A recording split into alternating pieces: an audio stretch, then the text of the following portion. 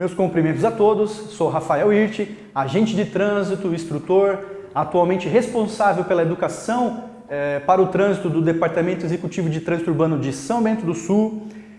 Venho até vocês numa parceria com a Secretaria Municipal de Educação, onde desenvolvemos um projeto que visa produzir materiais que possam servir de apoio para os professores trabalharem em trânsito como um tema transversal em suas respectivas matérias. Então, nesse primeiro momento, vamos apresentar alguns materiais.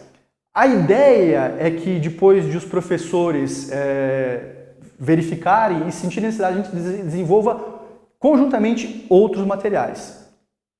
Então, nesse primeiro momento, eu gostaria de trabalhar o seguinte conteúdo: educação para o trânsito na pré-escola e no ensino fundamental. Quais são os objetivos para esta videoaula?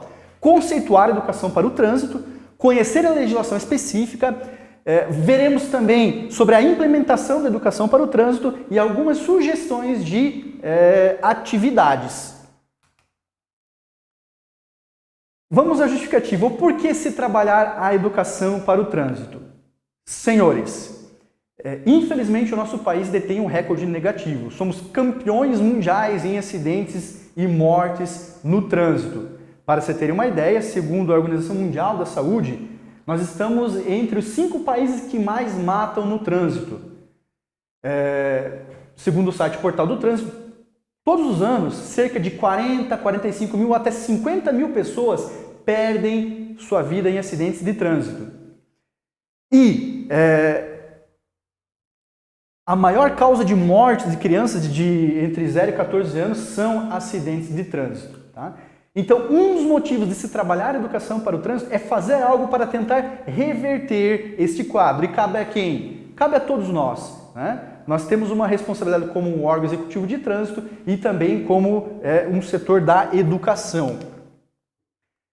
A definição, então, o que seria educação para o trânsito? Essa definição se encontra na resolução número 875 do CONTRAN, publicada em 2021. No artigo 11, ela traz a seguinte redação: educação para o trânsito é a atividade direcionada à formação do cidadão como usuário das vias e rodovias, por meio do aprendizado de normas e conduta de respeito à vida e ao meio ambiente, visando sempre o trânsito seguro. Basicamente, essa é a definição de educação para o trânsito. Eu sempre comento em minhas palestras que, muito mais do que uma questão de opinião, trânsito é uma questão técnica. E essas informações técnicas a gente encontra aonde? No Código de Trânsito Brasileiro, que foi implementado pela Lei 9.503, de 23 de setembro de 1997.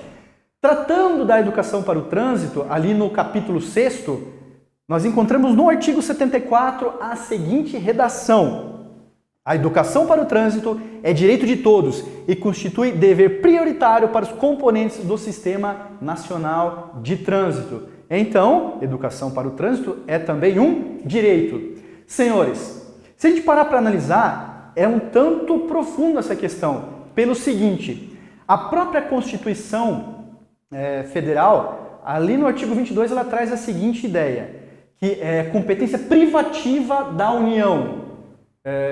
Inciso 11, legislar sobre trânsito e transportes. Porém, no artigo 23, ele trata que é competência comum da União, dos estados, do Distrito Federal e dos municípios implementar a política de educação para o trânsito. Então, podemos dizer assim que é também uma previsão na própria Constituição. Temos também o Código de Trânsito Brasileiro, que é a legislação específica, tratando do tema como um dever e um direito. Continuando, senhores.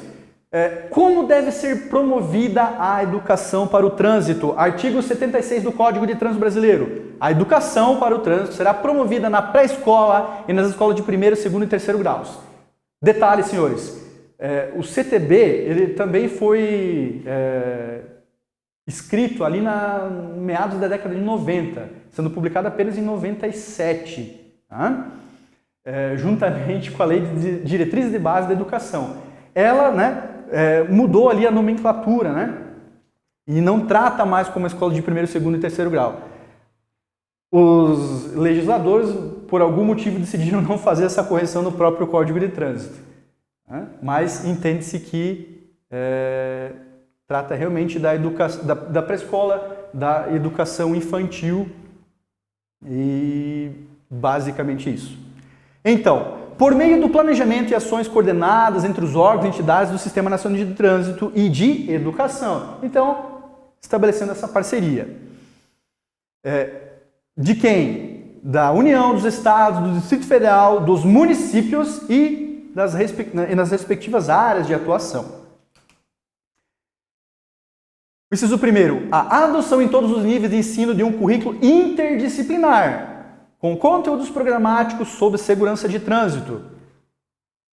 Segundo, a adoção de conteúdos relativos à educação para o trânsito nas escolas de formação para o magistério e o treinamento de professores e multiplicadores. Então, essa política nacional da educação para o trânsito deveria, então, nas escolas de formação para o magistério, já preparar o professor para trabalhar educação para o trânsito e, posteriormente, continuar, né, esse treinamento e também desenvolver ações ali para criar, né, pessoas que possam multiplicar esse conhecimento. Então, né, é uma responsabilidade compartilhada, né, tanto de órgãos de trânsito como de educação. Portaria número 147 de 2 de julho de 2009, né, trata do que? Das diretrizes nacionais da educação para o trânsito na pré-escola e no ensino fundamental. Tá? Esta publicação ela acata uma sugestão do Conselho Nacional de Educação, emitida por meio do parecer número 22 do ano de 2004. Né?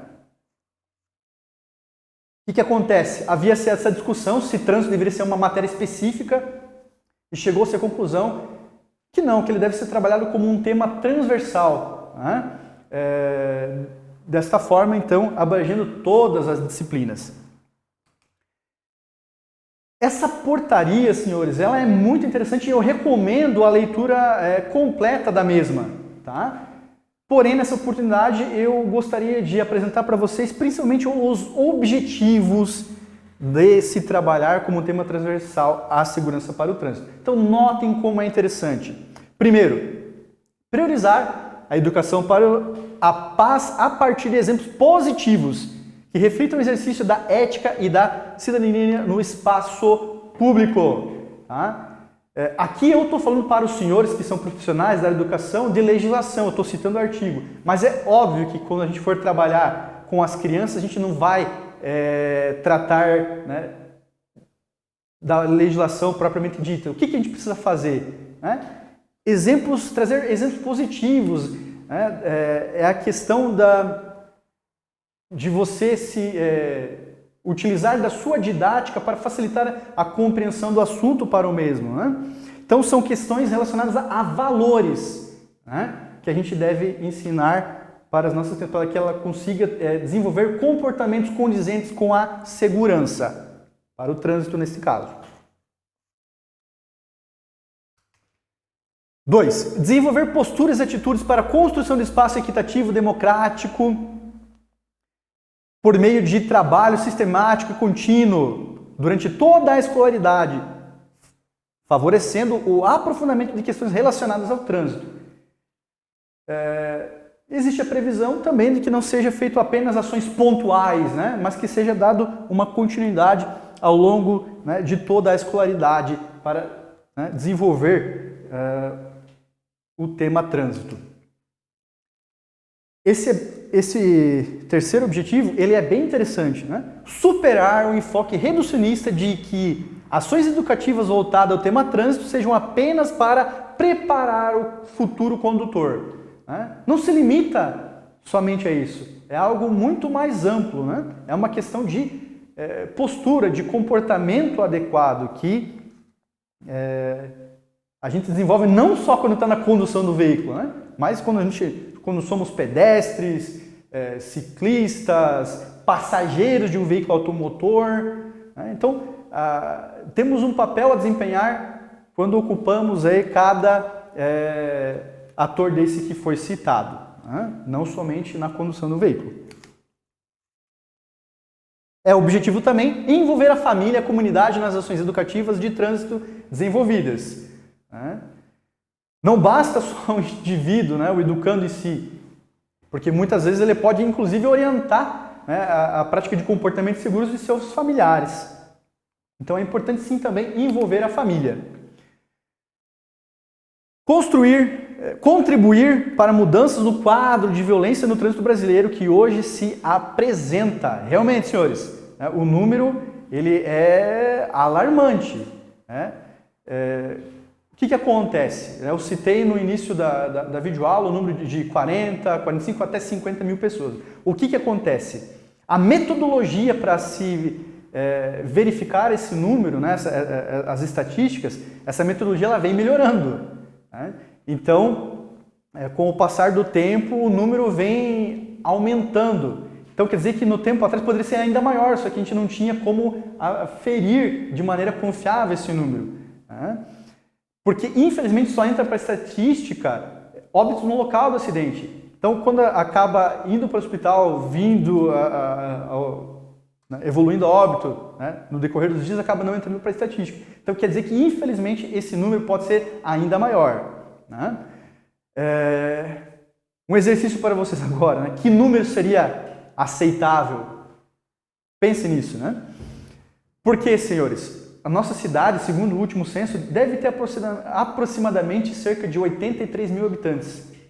40, 50 mil pessoas, né, é quase mais do que a metade da nossa população, né, que perde a vida em acidente de trânsito no nosso país todos os anos.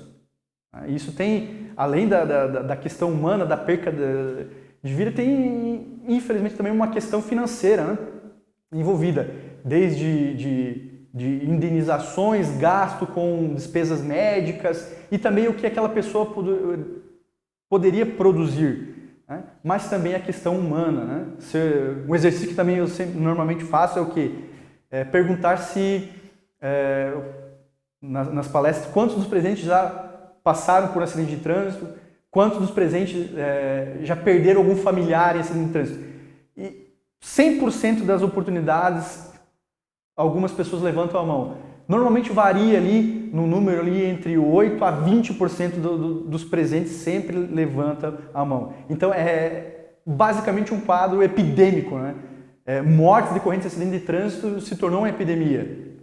O que acontece? O ser humano é um ser adaptável e ele acaba achando que isso é normal. Não é normal. Por que não é normal? Porque é uma violência, poderia ter sido evitada e não foi, né? Então, a resposta, né? Qual seria o número aceitável? 0. 0 vítimas seria o número aceitável. Continuando. Criar condições que favoreçam a observação e a exploração da cidade, a fim de que os alunos percebam-se como agentes transformadores do espaço em que vivem. Senhores, esses são os objetivos elencados. Essa portaria ela é muito interessante, ela traz inclusive sugestões de atividades. Então eu deixo aqui o convite para que vocês deem uma estudada nela, façam uma leitura mais aprofundada dela, porque pode ser muito elucidatória, tá? Para o seu planejamento. Tá? Vou deixar à disposição no portal essa portaria número 147, de 2 de julho de 2009 para a consulta. Agradeço a atenção de todos. Deixo aqui a seguinte frase para reflexão. Trânsito em condições seguras é direito e também responsabilidade de todos.